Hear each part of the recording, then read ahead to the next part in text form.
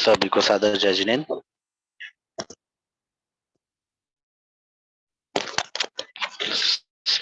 सभी को सादर जय जिनेन्द्र।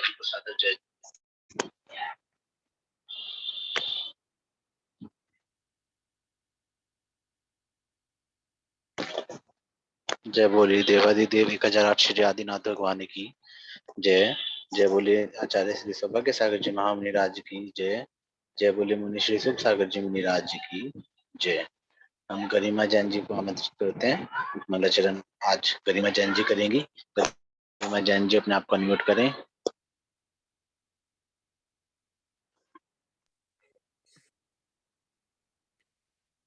नमस्ते नमस्ते। बोलो चिंतामणि पार्श्वनाथ भगवान की जय। आचार्य श्री सिद्धांत सागर जी महाराज की जय। आचार्य श्री सौभाग्य सागर जी महाराज की जय। मुनि संघ की जय। गुरुदेव गुरुदेव तू ही माता तू ही पिता है, तू ही माता तू ही पिता है, तू ही सच्चा देव। गुरुदेव गुरुदेव हे अंतर्यामी जग के स्वामी, हे अंतर्यामी जग के स्वामी, तेरा ही सच्चा भेष। गुरुदेव गुरुदेव गुरुदेव गुरुदेव तू ही दिवाकर तू ही सुधाकर, तू ही दिवाकर तू ही सुधाकर, तुझ में न राग न द्वेष। गुरुदेव हे गुरुदेव गुरुदेव गुरुदेव जन जन के प्यारे आँखों के तारे, जन जन के प्यारे आँखों के तारे, तुझ में न कोई भेद। गुरुदेव गुरुदेव गुरुदेव गुरुदेव गुरुदेव आना पार लगाना, गुरुदेव आना पार लगाना, चाहे हो कोई देश। गुरुदेव गुरुदेव गुरुदेव गुरुदेव तू ही सहारा तू ही किनारा, तू ही सहारा तू ही किनारा, तू ही है हमारा देव। गुरुदेव गुरुदेव गुरुदेव गुरुदेव तू ही आदि सागर तू ही महावीर कीर्ति, तू ही विमल सागर तू ही सिद्धांत सागर, तेरे ही नाम अनेक। गुरुदेव गुरुदेव गुरुदेव गुरुदेव नमस्ते महाराज।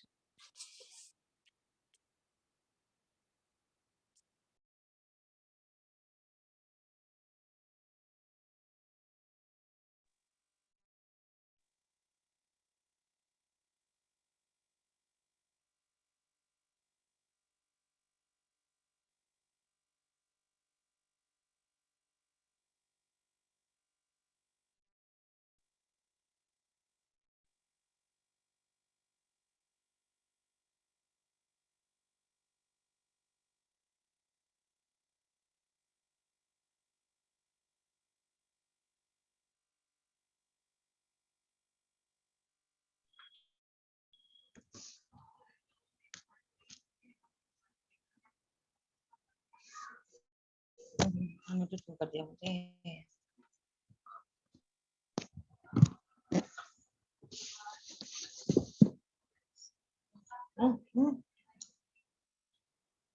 मेरा बंद ही नहीं हो रहा।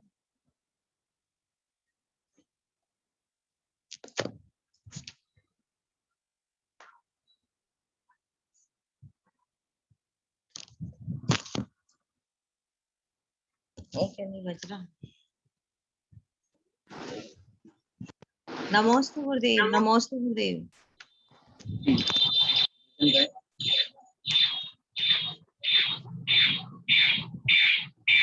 आवाज आ रही है।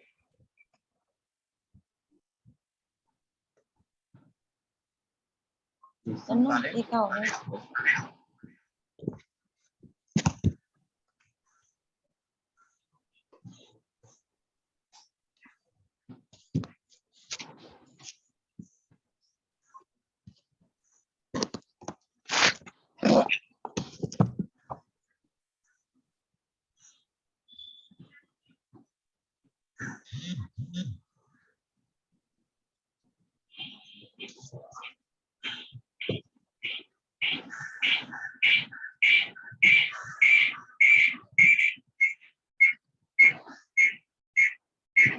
भजन गाएं।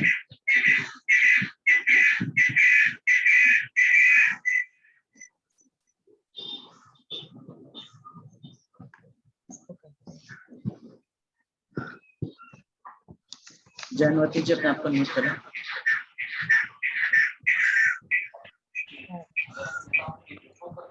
हाँ जी, जय जैन जी, नमोस्तु गुरुदेव, नमोस्तु।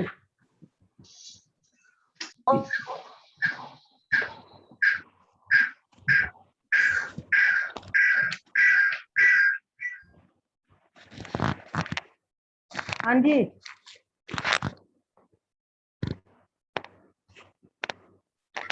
भजन गाएं। अच्छा जी। मानतुंग आचार्य महाराज की जय, आचार्य श्री सौभाग्य सागर महाराज की जय, मुनि श्री सुख सागर महाराज की जय। अब दे दोष ज्ञान मिटे अज्ञान, गुरु जी हमारे, हम आए शरण तुम्हारे। अब दे दो सुत का ज्ञान मिटे अज्ञान, गुरु जी हमारे, हम आए शरण तिहारे। गुरु जी हमारे, हम आए शरण तुम्हारे। बालकपन खेल में खोया, यौवन निद्रा में तू सोया। बालकपन खेल में खोया, यौवन निद्रा में तू सोया। भया वृद्ध तो हो गए जर्जर गात हमारे, हम आए शरण तुम्हारे। अब दे दो सुत का ज्ञान मिटे अज्ञान, गुरु जी हमारे, हम आए शरण तिहारे। पुत्र मात पिता बांधव दारा, नश्वर संबंध है ये सारा। जाएंगे शुभाशुभ कर्म संग हमारे, हम आए शरण तुम्हारे। अब दे दो सुत का ज्ञान मिटे अज्ञान, गुरु जी हमारे, हम आए शरण तुम्हारे। फंस करके जग की माया में, दुख छाया था इस काया में। निज ज्योति से ज्योति जगाओ, गुरु जी हमारे, हम आए शरण तुम्हारे। अब दे दो सुत का ज्ञान मिटे अज्ञान, गुरु जी हमारे, हम आए शरण तुम्हारे। सेवक पर स्वामी दया करो, भव भय से सब संकट आप। कर्मों के दोष न देखो आप हमारे, हम आए शरण तुम्हारे। अब दे दो सुख का ज्ञान मिटे अज्ञान, गुरु जी हमारे, हम आए शरण तुम्हारे, हम आए शरण तुम्हारे। नमोस्तु गुरुदेव, नमोस्तु गुरुदेव। जय बोलिए मुनि श्री सुख सागर जी मुनिराज की जय। जय। आइए मनुष्य के चरणों में निवेदन करते हैं। हे मुनिराज, नमोस्तु नमोस्तु नमोस्तु। हम सभी को भक्तामृत स्तोत्र के 16वें श्लोक का अध्ययन कराएं। जय बोले मुनि श्री सुख सागर जी महामुनिराज की। अभी ऐसे करो, एक बार एक वजन और ले लो, उसके बाद मैं थोड़ा सा तैयार हो जाता हूँ। ठीक है।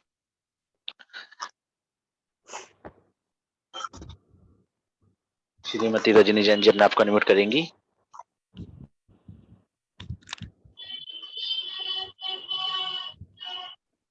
जी भजन भजन आज मैं शांतिनाथ भगवान का एक भजन सुनाती ठीक है। हूँ। ओ जगत के शांति दाता शांति जिनेश्वर जय हो तेरी। ओ जगत के शांति दाता शांति जिनेश्वर जय हो तेरी। ओ जगत के किसको मैं अपना कहूँ कोई नजर आता नहीं। किसको मैं अपना कहूँ कोई नजर आता नहीं। इस जहां में आप बिन कोई भी मन भाता नहीं। तुम ही हो त्रिभुवन विधाता शांति जिनेश्वर जय हो तेरी। ओ जगत के शांति दाता शांति जिनेश्वर जय हो तेरी। ओ जगत के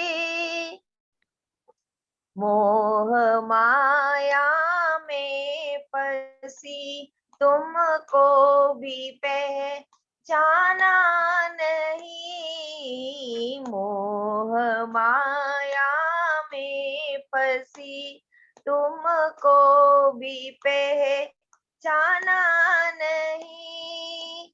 ज्ञान है ना ध्यान दिल में धर्म को जाना नहीं। शीश चरणों में झुकाती शांति जिनेश्वर जय हो तेरी। ओ जगत के शांति दाता शांति जिनेश्वर जय हो तेरी। ओ जगत के बन के सेवक हम खड़े हैं स्वामी तेरे द्वार पे। बन के सेवक हम खड़े हैं स्वामी तेरे द्वार पे। हो कृपा तेरी तो बेड़ा पार हो संसार से। तेरे गुण सौभाग्य गाता शांति जिनेश्वर जय हो तेरी। ओ जगत के शांति दाता शांति जिनेश्वर जय हो तेरी। ओ जगत के जय बोलिए शांतिनाथ भगवान की जय। जय बोलिए आदिनाथ भगवान की जय।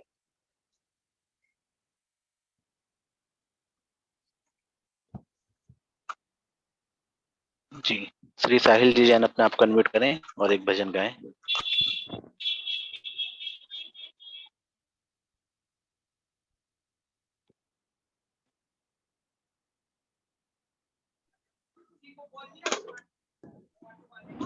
नमस्ते साहिल मिश्र जी जी। हाँ ठीक है, भजन ठीक है, आप भी गा लो और फिर हम क्लास को चालू करते हैं।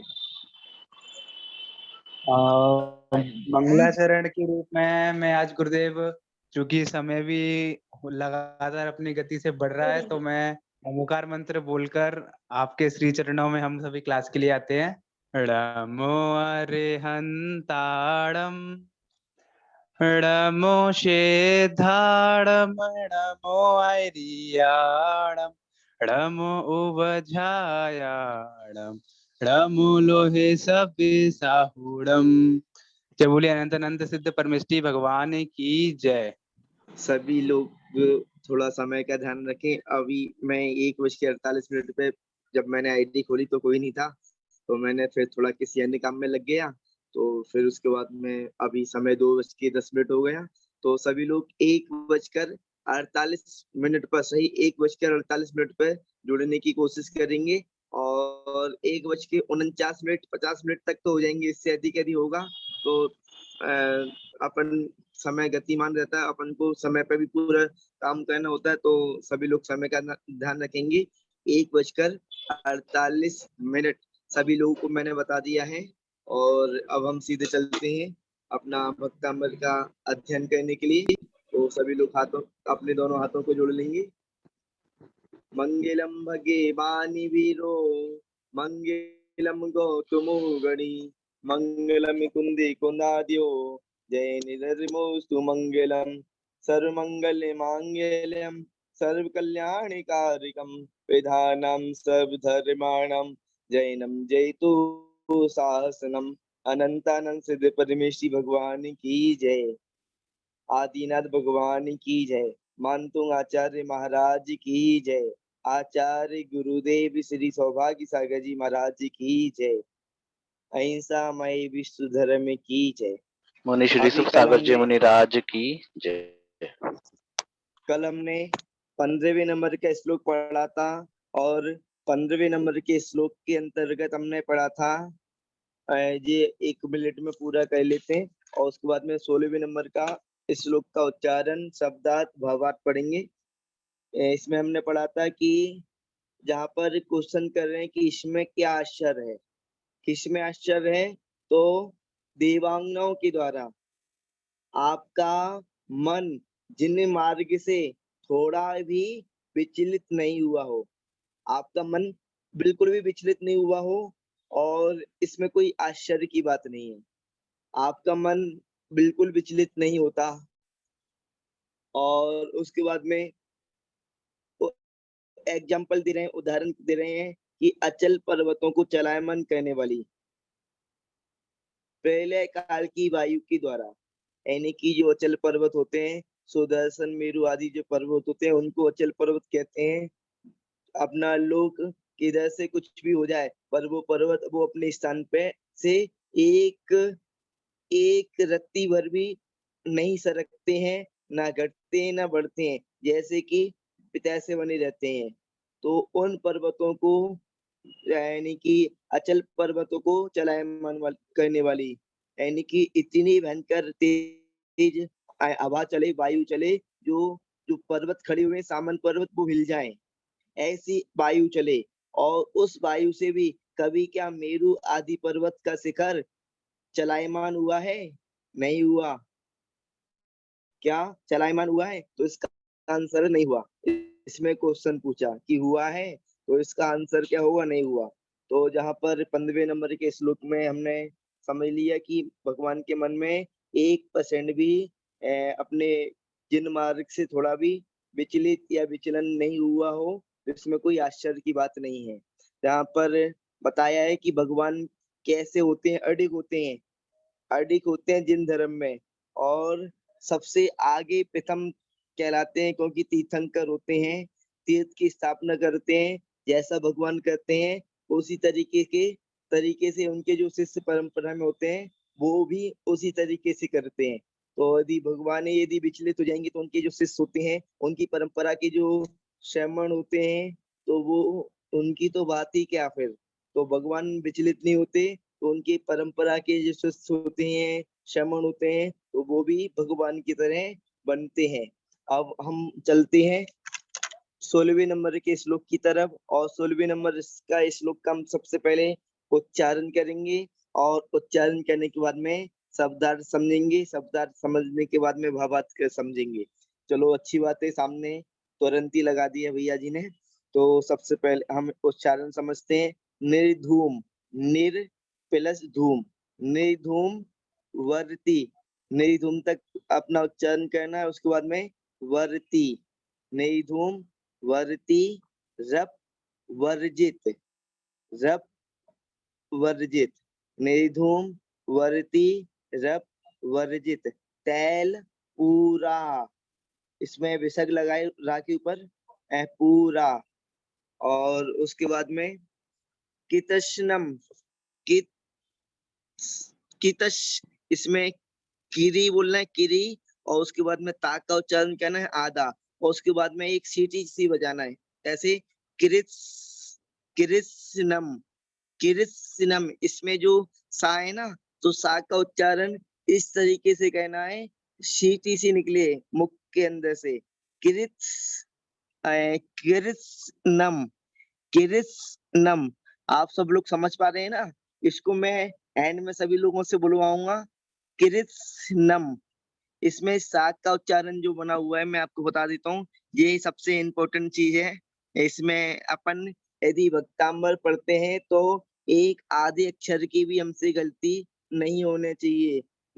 रतनकंड सेवक आचार्य में मान तो अपने सम्मतबद्धाचार्य महाराज लिखते हैं कि यदि आप मंत्र की जाप करते हो या किसी चीज की जाप करते हो, यदि वो एक अक्षर आधा अक्षर कम और अधिक होता है तो वो विष की वेदना को नहीं समाप्त कर सकता। आपने उदाहरण समझी होगा पुष्पदंत का, और अपना जो दर्शन आचार्य महाराज थे, तो उन्होंने दो शिष्यों को पुष्पदंत और भूतबली दो को मंत्र दिया सिद्ध करने के लिए, एक को अक्षर कम दे दिया, एक को अक्षर ज्यादा दे दिया। तो क्या हुआ कि देवी प्रकट हुई, एक की तो दांत बाहर निकल रहे थे और एक ऐसी थी काली कलूटी। तो इस तरीके से यदि अपन पढ़ते हैं ना, तो पढ़ने में कोई बुराई नहीं है। यदि आपको पढ़ना नहीं आता तो आप पढ़ के केवल पुण्य का बंद कर रहे हो, पर यदि गलत पढ़ते हो तो गलत पढ़ने से आपको जो फायदा होना चाहिए, जितना फायदा होना चाहिए उतना फायदा नहीं हो पाता। तो आप पढ़ते हो तो पढ़ने में कम से कम हम उच्चारण शास्त्र के अनुसार नहीं पढ़ पा रहे, कोई बात नहीं, पर शुद्ध तो पढ़ सकते हैं।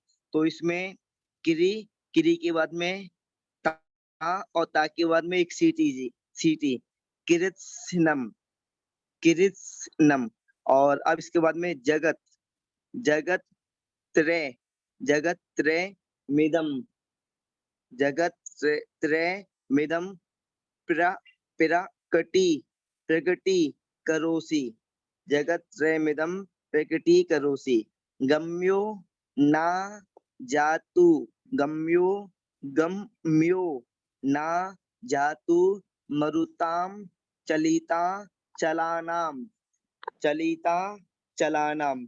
और नीचे देखेंगे दीपो, दीपो परस्व त्वं, परस्य त्वमसि नाथ जगत पिकासा, दीपो परस त्वमसि नाथ जगत पिकासा। अब इसका हम उच्चारण करेंगे, और मुझे लगता है कि आपने एक एक शब्द को समझ लिया है। और इसका उच्चारण आज गौरव जी उच्चारण करेंगे। गौरव जी को कुछ मौका ही नहीं मिल पाता उच्चारण करने का, बोलने का। तो आप गौरव जी अपना माइक अनम्यूट कर लेंगे और मैं इस श्लोक का उच्चारण करूंगा और आप मेरे साथ रिपीट करेंगे। निधूमिवर्तिरप्यवर्जित तैलपूरा, कितश्रिनं जगत्त्रयमिदं प्रकटीकरोषि। गम्यो न जातुमरुतां चलिताचलानां, दीपो परस्त्वमसि नाथ जगत्प्रकाशा।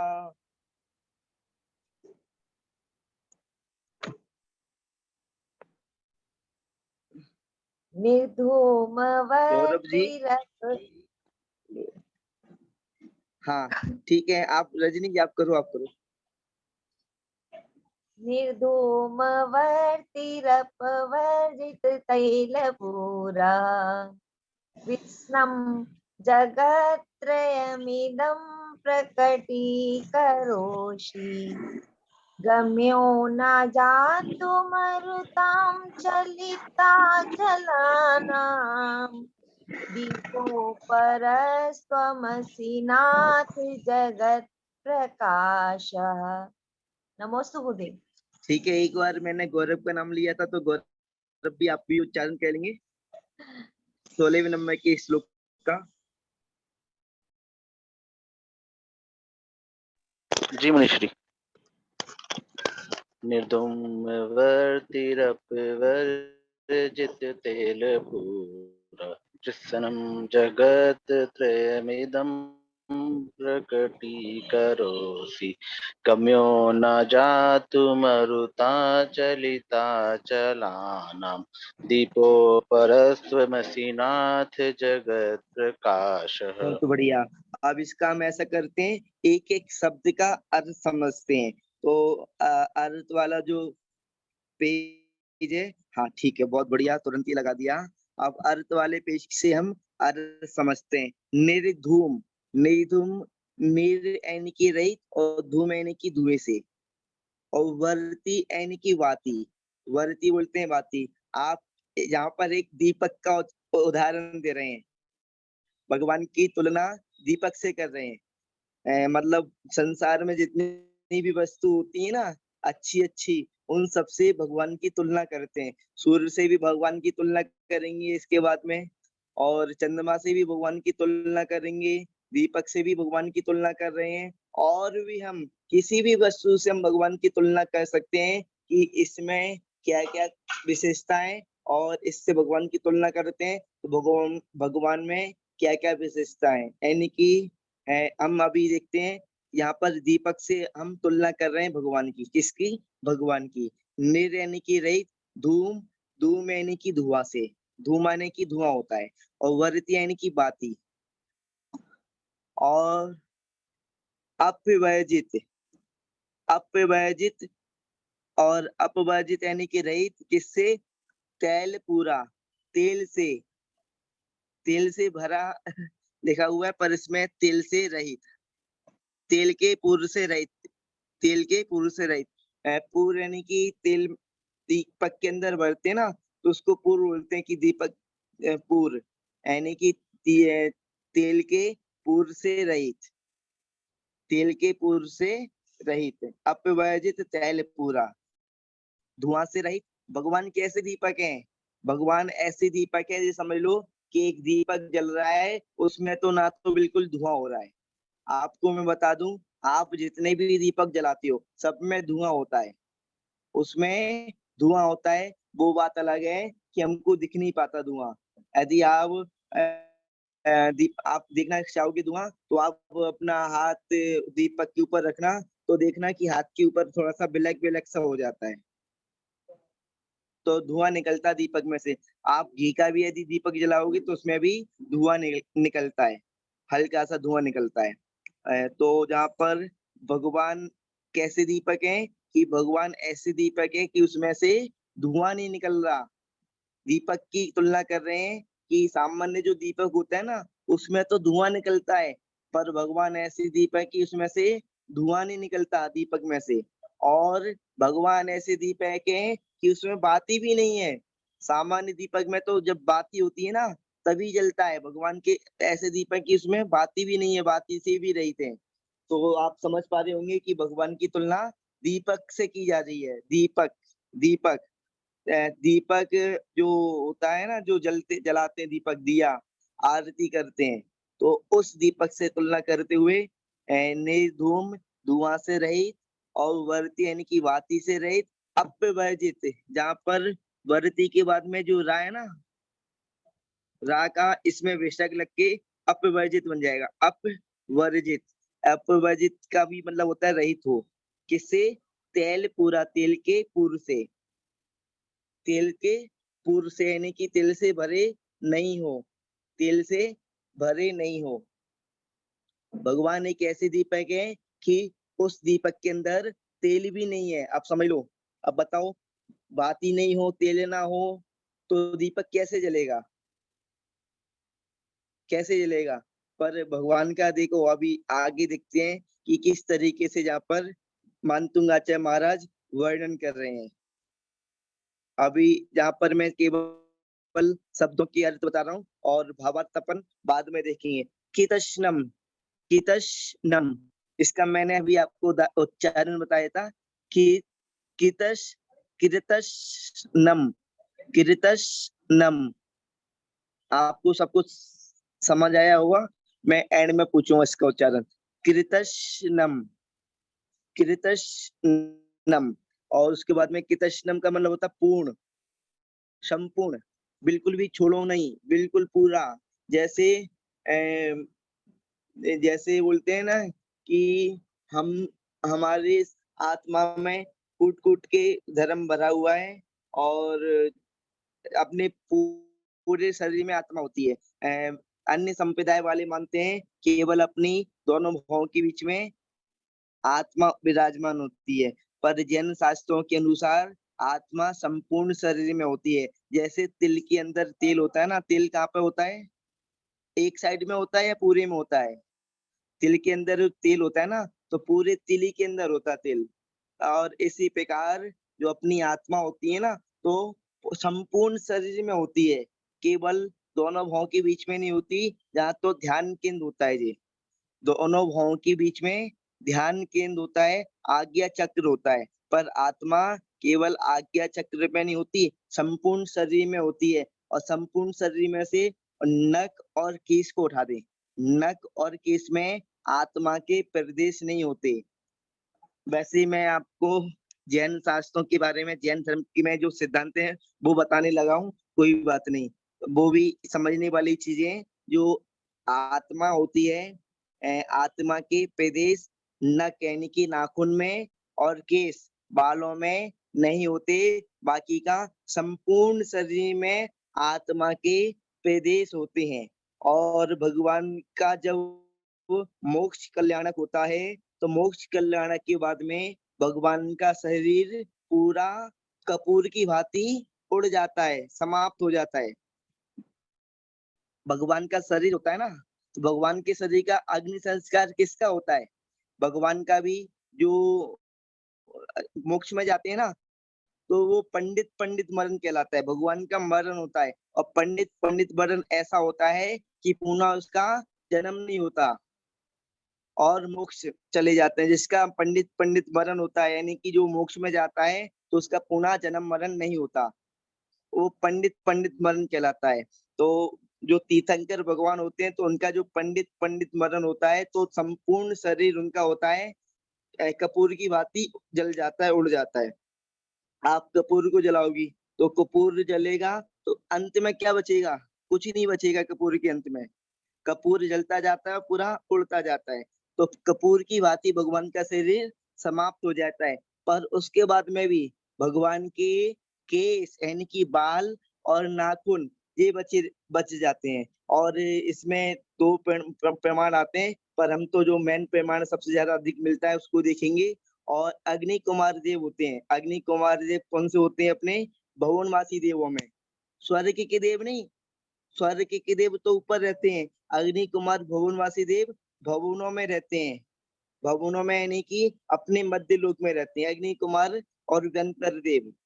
तो अपने अग्नि कुमार देव आते हैं भगवान के केशों को लेकर और भगवान के नाखूनों को लेकर, वो उनका संस्कार करते हैं।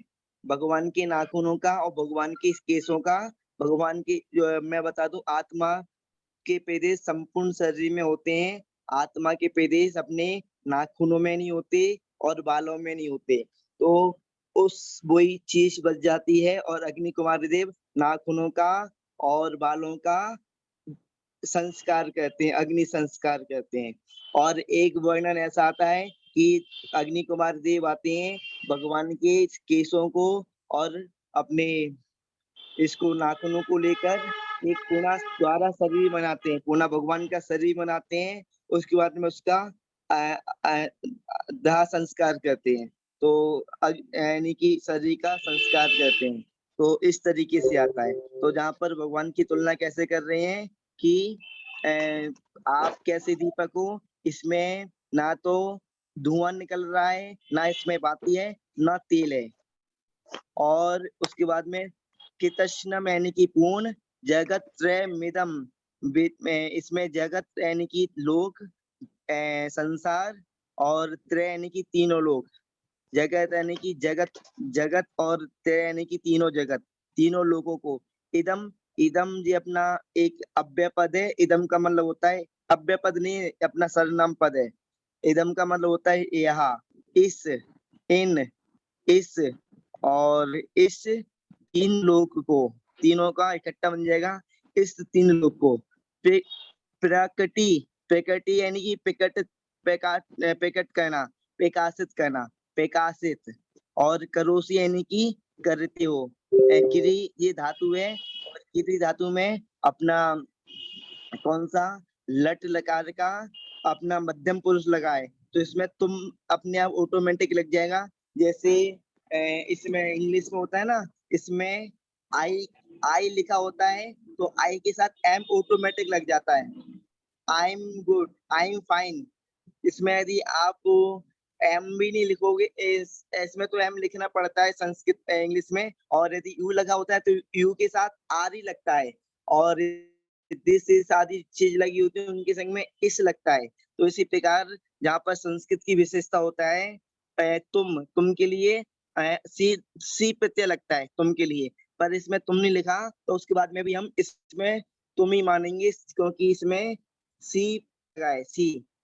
करोसी तो यानी कि करते हो। प्रकृति करोसी में मुझे लगता है कि मैं संस्कृत में ज्यादा लेके जा रहा हूँ आपको, पर अभी कोई बात नहीं, ले गया तो ले गया, अब क्या कर सकते हैं। प्रकृति यानी कि प्रकाशित, करोसी यानी कि करते हो। गम्यो, गम्यो, गम, गम गम अपनी धातु गा का मतलब होता है हटना, जाना, हटाना। और तो जहाँ पर गम्यो, गम्यो यानी कि बुझना, इसमें बुझना का मतलब निकालेंगे, बुझने, बुझने के योग नहीं हो, बुझते भी नहीं हो। बाकी जो सामान्य दीपक होता है ना, उसमें थोड़ा सा फूंक मारो या हवा चल जाती है तो बुझ जाता है। पर भगवान का जो, भगवान का अपन दीपक से तुलना कर रहे हैं, तो भगवान ऐसे दीपक हैं कि वो बुझते भी नहीं है, ऐसे दीपक हैं। भगवान एक ऐसे दीपक है जो बुझते भी नहीं है। ना यानी कि नहीं, जातु, जातु का मतलब होता है कदाचित, कभी भी नहीं बुझते। उसी समय नहीं, कभी भी ना भविष्य में बुझेंगे, ना भूतकाल में बुझे थे, ना वर्तमान में बुझने योग्य हैं।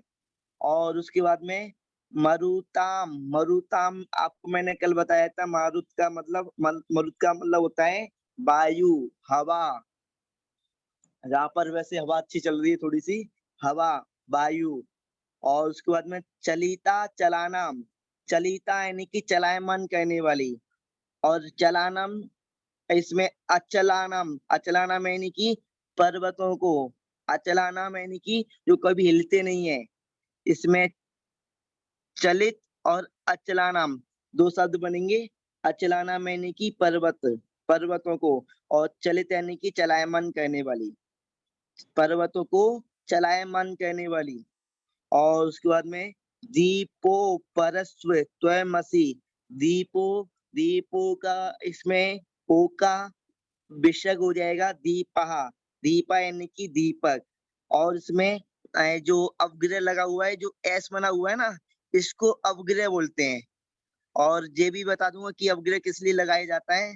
जो एस बना हुआ है इसको अवग्रह बोलते हैं, अवग्रह एस को। तो अवग्रह लगाए तो इसको अपन आ का उच्चारण करते हैं, पर इसमें हमको एक ऐसे उच्चारण करना आ का कि पता ही नहीं पड़े। दीपो यानी कि पो को आगे खींच के लेके जाओ तो आ अपने आप निकल जाएगा। परस्व, दीपो परस्व, परस्व में जो सा बना हुआ है तो सा का विसर्ग बन जाएगा, सा का विसर्ग बन जाएगा, विसर्ग बन के अपना विसर्ग बन जाएगा। और विसर्ग बनने के बाद में विसर्ग बन जाएगा। नीचे मेरी पेन चल नहीं रही, कोई बात नहीं, ऊपर ही चला लेता हूँ। जहाँ पर सा का विसर्ग बन जाएगा, और इसमें से निकलेगा आ परा। आ इसमें से जो एस बना हुआ है इसको अवग्रह बोलते हैं। एस में से आ बना और परा लिखा हुआ है आप पर, और सा बना हुआ है उसका विसर्ग बन गया तो अपरा। अपरा यानी कि अपूर्व, पर यानी कि दूसरा, अपर यानी कि दूसरा नहीं, अपूर्व। ना पहले हुआ है और ना भविष्य में होगा, समझ लो, पहले तो हुआ ही नहीं है। अपूर्व, त्वम यानी कि तुम, इसमें वैसे तुम का मतलब आप लिखा हुआ है, पर हम जो वर्तमान समय है तो उसमें तुम कहना थोड़ा सही नहीं लगता, इसलिए आप लिखते हैं। और तुम का मतलब तुम ही होता है, त्वम का मतलब तुम ही होता है। और तुम के साथ में अपनी ये वाला प्रत्यय लगता है, करोसी, असी प्रत्यय लगा इसमें, असी, जिसमें इस तरीके का प्रत्यय लगता है। ये असी लिखा है तो ये अपना बहुवचन है, और सी लिखा है ये सी, ये सी यानी कि अपना इसमें अपना मूर्धन सा लगा हुआ है, और इसमें दंतीय सा लगा हुआ है। पर ये उच्चारण यदि सास पढ़ते हैं तो यदि रा, आ, ई और रा यदि ये लगा होता है तो इसमें सा बन जाता है, यानी कि दंतीय सा बन जाता है। तो अपन इसको बाद में देखेंगे, पर इसमें उच्चारण ना करते हुए समय भी सब काफी हो गया है, तो आगे बढ़ते सीधे। दीपो यानी कि दीपक, आपर यानी कि अपूर्व, तुम यानी कि आप, और वैसे तुम होता है तुम बोल सकते हैं, और नहीं तो वर्तमान काल में जो सिस्टम चलता है तुम बोलना थोड़ा अच्छा नहीं लगता, तू तुम, तो अपन आप ही बोल लेते हैं। तुम आप असी हो। नाथ यानी कि हे भगवान, हे स्वामी, हे नाथ, ये संबोधन वाक्य है। संबोधन वाक्य में देखो जहाँ पर जे भी लगा दिए, जहाँ पर वैसे अच्छी बात है जहाँ लगा दिया है ये संबोधन शब्द, संबोधन का जो साइन होता है चिन्ह, संबोधन वाक्य यानी कि संबोधन कहते हैं, हे स्वामी, हे भगवान, हे प्रभु, हे हे परमात्मा, तो ये संबोधन वाक्य है। उसके बाद में जगत, जगत यानी कि संसार को, लोक को, प्रकाशा, प्रकाशित, लोक को प्रकाशक, जगत प्रकाशक, लोक को प्रकाश, इसमें करने वाले नहीं लगाएंगे अपन, केवल प्रकाश, जगत को प्रकाशक, जगत प्रकाशक, और अपन लगा भी दें तो कोई दिक्कत नहीं है, जगत प्रकाशित करने वाले। तो अब हम चलते हैं भावार्थ पे। हमने एक एक शब्द का अर्थ समझ लिया, अब भावार्थ समझेंगे। और ये मैंने लाइन खींची हुई है, ये आप गौरव जी आप हटा देंगे, मैं हटा दूं? चलो मैं हटा देता हूँ, ठीक है, वैसे आप हटा रहे हो, ठीक है, अच्छी बात है। अब हम इसका भावार्थ समझते हैं। हमने एक एक शब्द के अर्थ समझ लिए, अब भावार्थ समझेंगे कि हमने इस श्लोक के अंतर्गत मानतुंग आचार्य महाराज भक्ति करते समय भगवान के गुणों का वर्णन कर रहे हैं, तो गुणों का वर्णन करते हुए वो क्या क्या विशेषता बता रहे हैं। सबसे पहले हम यहाँ पर लेंगे संबोधन वाक्य। संबोधन वाक्य यानी कि हे नाथ, हे स्वामी, हे भगवान। संबोधन वाक्य लेने के बाद में हम ऊपर लेंगे हे भगवान, निधूम वर्ती, निधूम वर्ती यानी कि रहित हो, धुआं और बाती से रहित हो, धुआं और बाती से रहित, जहाँ पे हो नहीं, धुआं और बाती से रहित। अपवर्जित तैल पूरा, अपवर्जित तैल पूरा यानी कि तेल के पूर्व से रहित, धुआं बाती से रहित और तेल के पूर्व से रहित, धुआं और बाती से रहित। ये भगवान सबसे पहले अपन ने नीचे संबोधन वाक्य लिया, और उसके बाद में बोला कि धुआं और बाती से रहित, तेल के पूर्व से रहित, तेल के पूर्व से रहित होकर, रहित, तेल के पूर्व से रहित होकर, तेल के इसमें होकर लगा लें, यानी कि तेल के पूर्व से, तेल से के पूर्व इसमें से भरा हुआ है ना, तो इसको तेल के पूर्व से, तेल के पूर्व से, इस तरीके से आ जाएगा, यानी कि तेल के पूर्व से रहित होकर, होकर,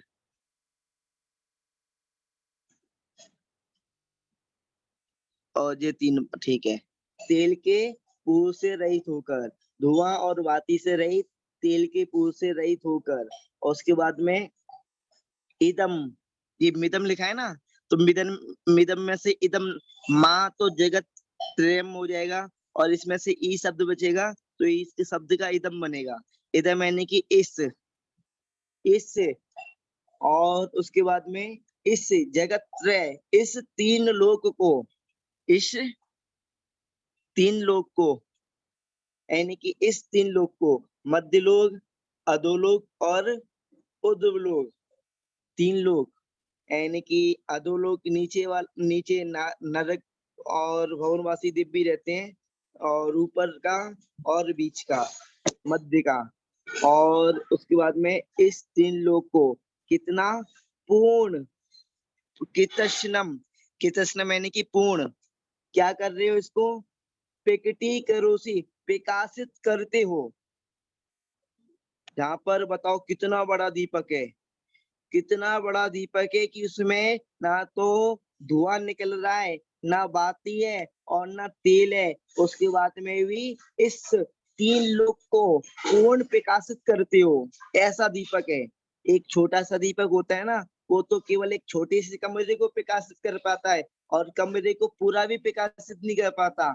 जहाँ दीपक जल रहा होता है ना, वहीं पर केवल प्रकाश होता है, पर भगवान तो ऐसे प्रकाशक दीपक हैं कि भगवान ऐसे दीपक हैं कि उस दीपक के द्वारा पूरा लोक प्रकाशित हो रहा है। क्या? पूरा लोक प्रकाशित हो रहा है। आप मेरी बात समझ पा रही हो ना? भगवान एक ऐसे दीपक हैं कि उन दीपक के द्वारा पूरा तीन लोक प्रकाशित हो रहा है। तो जहाँ पर अपन ने बात करी, हे नाथ, धुआं और बाती से रहित, तेल के पुर से रहित होकर इस तीन लोक को पूरा संपूर्ण प्रकाशित करते हो। तो जहाँ पर अपना एक वाक्य पूरा हुआ, अब उसके बाद में अपन दूसरा वाक्य बनाते हैं, और दूसरा वाक्य बनाने के लिए अपन लेंगे, क्या लेंगे, चलिता चलानाम। चलिता सबसे पहले चलानाम, और इसको एक ही कर लेते हैं। चलिता चलानाम यानी कि अचल पर्वतों को चलायमान करने वाली, चलित यानी कि चलायमान करने वाली, और किसको, अचल पर्वतों को, अचलानाम यानी कि पर्वतों को, अचल पर्वतों को चलायमान करने वाली। यहाँ पर आप देख लेना जो ऊपर लिखा है ना, तो इसमें लिख लेना अचल पर्वतों को चलायमान करने वाली। अचल पर्वतों को चलायमान करने वाली, करने वाली क्या होती है, वायु, वायु, मरुता, इसमें हवा लिखा हुआ है पर हवा शब्द थोड़ा सही नहीं लगता, वायु शब्द कर लेना आप। वायु यानी कि वायु, वायु से, हवा से भी बोल लेंगे तो कोई दिक्कत नहीं है, पर वायु शब्द थोड़ा सा ठीक सब अपना अपना एक शास्त्रीय शब्द लगता है, हवा, वायु। तो अचल पर्वतों को चलायमान करने वाली, वायु से, वायु से, और उसके बाद में जातु यानी कि कदाचित, कदाचित यानी कि कभी भी, कदाचित यानी कि कभी भी, जातु यानी कि कदाचित, और इसका अपन कभी भी लगा सकते हैं, कदाचित, कदाचित, गम्या, बुझते, गम्या यानी कि बुझना होता है, गम्या यानी कि बुझना, और उसमें लग गए यहाँ पे ना, ना यानी कि नहीं हो, बुझते नहीं हो। अपन जो सामान्य दीपक होता है ना, उसमें थोड़ा सा फूंक मारे या थोड़ा सा हवा चल जाए तो बुझ जाता है, और भगवान ऐसी दीपक हैं कि पर्वतों को चलायमान करने वाली भी यदि वायु चले ना, पर्वतों को चलायमान करने वाली वायु चले, उस वायु से भी भगवान का दीपक नहीं बुझने वाला, भगवान का दीपक नहीं बुझ सकता, ऐसे दीपक हैं भगवान। कैसे दीपक हैं आप सोचो, इस दीपक की आप कल्पना करो अपने मन में।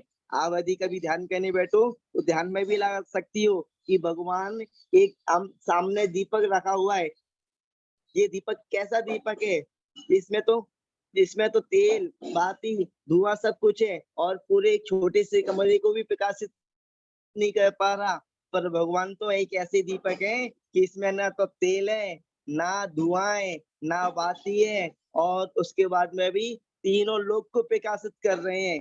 और ये दीपक को यदि मैं थोड़ा सा फूंक मारूंगी या जहाँ पर थोड़ी सी हवा चलेगी तो बुझ जाएगा, पर भगवान का दीपक ऐसा दीपक है कि यदि पर्वतों को चलायमान करने वाली भी हवा चले ना, पर्वतों को चलायमान करने वाली भी यदि वायु चले, तब भी भगवान का दीपक बुझ नहीं सकता, बुझता नहीं है।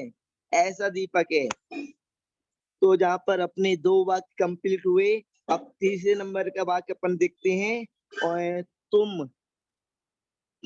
तुम लिखा है ना जी, तुम असी, तुम जहाँ पर लेंगे तुम, तुम ले ले। वैसे संस्कृत के हिसाब से तो तुम ही बनेगा, पर अपन ऐसा करते हैं आप ही बोल लेते हैं, आप। नहीं तो तुम भी बोल ले तो कोई दिक्कत नहीं है। तुम क्या हो? तुम क्या हो? जगत प्रकाशा, जगत को प्रकाश करने वाले, जगत प्रकाशक, जगत प्रकाशक, जग को प्रकाशमान करने वाले, जग प्रकाशक, जग को प्रकाशमान करने वाले, जगत प्रकाशक। तुम जगत प्रकाशक। और अभी अपन ने क्या पढ़ा था? अपरा, अपर यानी कि अपूर्व, पहले किसी ने कभी नहीं देखा। वैसे मैं आपको बता दूं, एक समय में एक ही तीर्थंकर होते, एक समय में 2 तीर्थंकर नहीं होते, एक समय में 2 तीर्थंकर नहीं होते, एक समय में 2 विष्णु अवतार नहीं होते, एक समय में 2 पति विष्णु अवतार नहीं होते, एक समय में 2 बलभद्र नहीं होते। और ना एक अन्य क्षेत्र में भी यदि अपने जो क्षेत्र होते हैं ना, 7 क्षेत्र, तो भरत और ऐरावत में ही कहते हैं तीर्थंकर आदि होते हैं। और विदय क्षेत्र में तो हमेशा ही होते रहते हैं, पर भरत और ऐरावत क्षेत्र में समय का परिवर्तन होता रहता है। पंचम काल, छठवां काल, तीसरा काल, दूसरा काल चलता रहता है।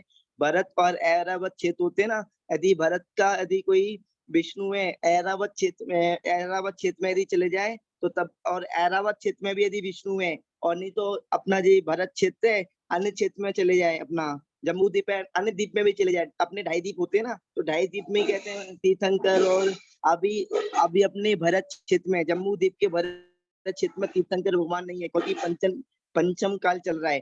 पर वेदय क्षेत्र में तो हमेशा ही तीर्थंकर होते हैं। वेदय क्षेत्र आपने सुना होगा, वेदय क्षेत्र में हमेशा 20 तीर्थंकर भगवान विराजमान रहते हैं। हमेशा कम से कम 20 तीर्थंकर तो रहते ही रहते हैं, इससे अधिक भी हो सकते हैं, 20 से कम तीर्थंकर नहीं होते, 20 से तीर्थंकर कम नहीं होते। और अधिक से अधिक वेदय क्षेत्र में 160 तीर्थंकर हो जाते हैं। और अपने ये जो भरत क्षेत्र है ना, तो भरत क्षेत्र एक नहीं है, 5 क्षेत्र है भरत।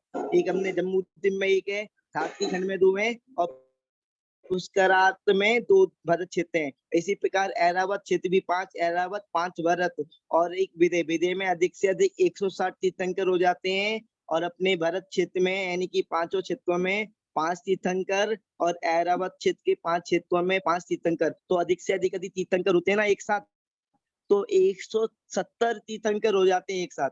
कितने? मैं ऐसा करूंगा, जो क्वेश्चन पूछूंगा, और 170 तीर्थंकर अधिक से अधिक हो जाते हैं। और कौन से भगवान के काल में ऐसा हुआ है? अजितनाथ भगवान के काल में ऐसा हुआ है कि एक साथ 170 तीर्थंकर हो गए हैं, 170 तीर्थंकर हुए हैं अजितनाथ भगवान के समय में। तो 170 तीर्थंकर एक स्थान पे नहीं होते, एक क्षेत्र में नहीं होते, अलग अलग क्षेत्र में होते हैं। तो एक क्षेत्र में केवल एक ही तीर्थंकर होता है, और एक तीर्थंकर अन्य दूसरे तीर्थंकर की शकल नहीं देख सकता, एक तीर्थंकर का दूसरे तीर्थंकर से मिलन नहीं होता, एक विष्णु से दूसरे विष्णु का मिलन नहीं होता। नारायण बोल सकते हैं, एक नारायण का दूसरे नारायण से मिलन नहीं होता। यानी कि जो कृष्ण जी थे, लक्ष्मण जी थे, ये नारायण थे। कैसे? नारायण अवतार, नारायण अवतार जिनके पास चक्रधारी होती है, इनके पास सुदर्शन चक्र होता है विष्णु के पास। अपने शास्त्रों में पूरा सभी चीजों का वर्णन है, बस समझने की बात है। जो नारायण होते हैं यानी कि विष्णु होते हैं, उनके पास सुदर्शन चक्र होता है, सुदर्शन चक्र के धारी होते हैं। और अब उसके बाद में अपन आगे की बात कर लेते हैं। तुम यानी कि जगत प्रकाश, जग को प्रकाश करने वाले। और अपरा यानी कि अपूर्व, अपूर्व। दीपो, दीपो में से ओ का विषय बन जाएगा दीप, दीपा यानी कि दीपक। तुम जगत प्रकाशक, जगत प्रकाशक, अपूर्व क्या हो? दीपक, और असी यानी कि हो। इसमें साथ 2 बार मैंने 14 लिख दिया है, कोई बात नहीं, इसमें 15 आ जाएगा जहाँ पर, और दीपो यानी कि 16 आ जाएगा, ठीक है। यानी कि तुम जगत प्रकाशक अपूर्व दीपक हो। तो जहाँ पर हमने भक्तामर के श्लोक का शब्दार्थ भी समझ लिया, भावार्थ भी समझ लिया। भावार्थ में शॉर्टकट में एक बार और बोल देता हूँ। हे नाथ, हे नाथ,